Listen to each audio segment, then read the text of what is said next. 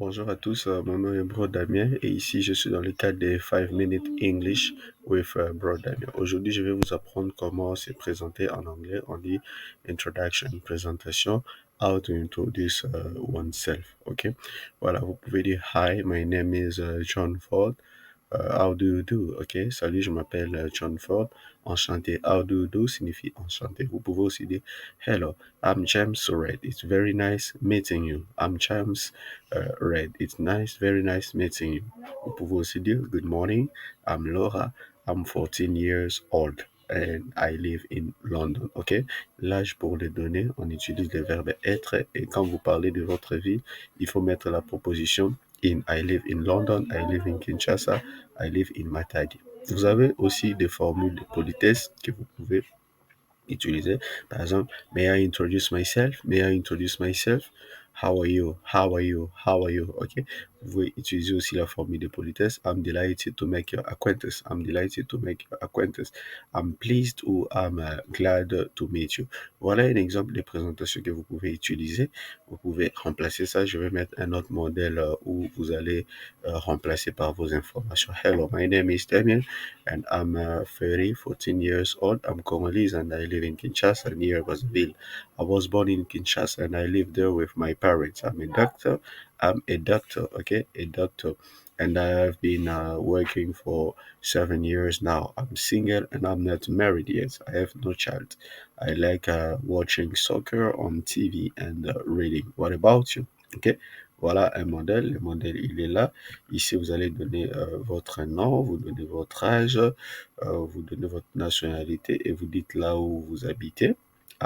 Et vous donnez votre profession parce que pour donner la profession, on utilise toujours un article, l'article est et I have been et je travaille depuis for, vous mettez la durée. Donner notre marital status, married, single, divorce, or a widow. Widow, c'est veuve. Widower, c'est veuve, ok? I have, vous donnez le nombre d'enfants que vous avez.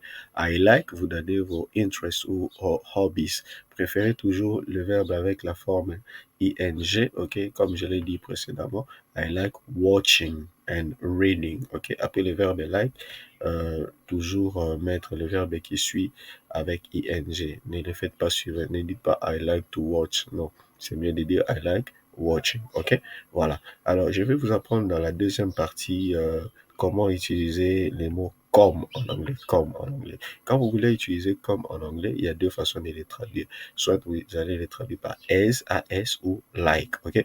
Alors, quand vous comparez des choses similaires dans un contexte formel, vous utilisez like. Ok. Quand vous voulez comparer des entités qui doivent être comparées dans un langage beaucoup plus soutenu, vous utilisez as. Quand vous voulez exprimer une ressemblance, par exemple, elle ressemble à sa mère, vous allez utiliser like. Quand vous voulez traduire comme si, ok, il me parle comme si j'étais un imbécile. He speaks to me as if I was a silly. Je vais traduire aussi comme par exemple, vous utilisez like. Quand vous voulez traduire de la même manière, vous traduisez par as et vous pouvez exprimer la cause aussi en utilisant as. Voilà. Alors, quand vous voulez parler d'un travail, je travaille ici comme médecin. I work here as a doctor. OK? Voilà. Voilà quelques exemples qui résument ça. There are beautiful things to see in Paris, like the Eiffel Tower or the Louvre Museum. OK? Il y a beaucoup de choses à visiter à Paris comme la Tour Eiffel et le musée des Louvres. She has beautiful eyes like her mother. Elle a des beaux yeux comme sa mère. No one makes pastries as my aunt does. Ok, personne ne fait des pâtisseries de la même manière que ma tante. Ok, ici comme veut dire de la même manière. As I didn't finish my units, I can't attend my English lesson. Comme je n'ai pas fini cette partie, c'est la conséquence. Donc, quand vous voulez exprimer la conséquence, quand vous voulez dire comme si, quand vous voulez dire de la même manière ou parler de votre fonction, utilisez as. Voilà. Alors, deuxième chose ou dernière chose, c'est la prononciation de H. Sachez que quand vous êtes devant la lettre H, il faut toujours aspirer. OK, le H. He, hello. Vous soufflez derrière la paume des mains. OK, voilà. Et les mots qui sont ici font juste exception. Vous pouvez les lire pour que je ne puisse pas me tirer en longueur. Vous savez que la leçon, c'est juste 5 minutes. Vous avez honest, honor, hour, herbs, herbal, ok? Tout le reste des mots, rhythm, rhinoceros, rhyme, ok? Exhausted.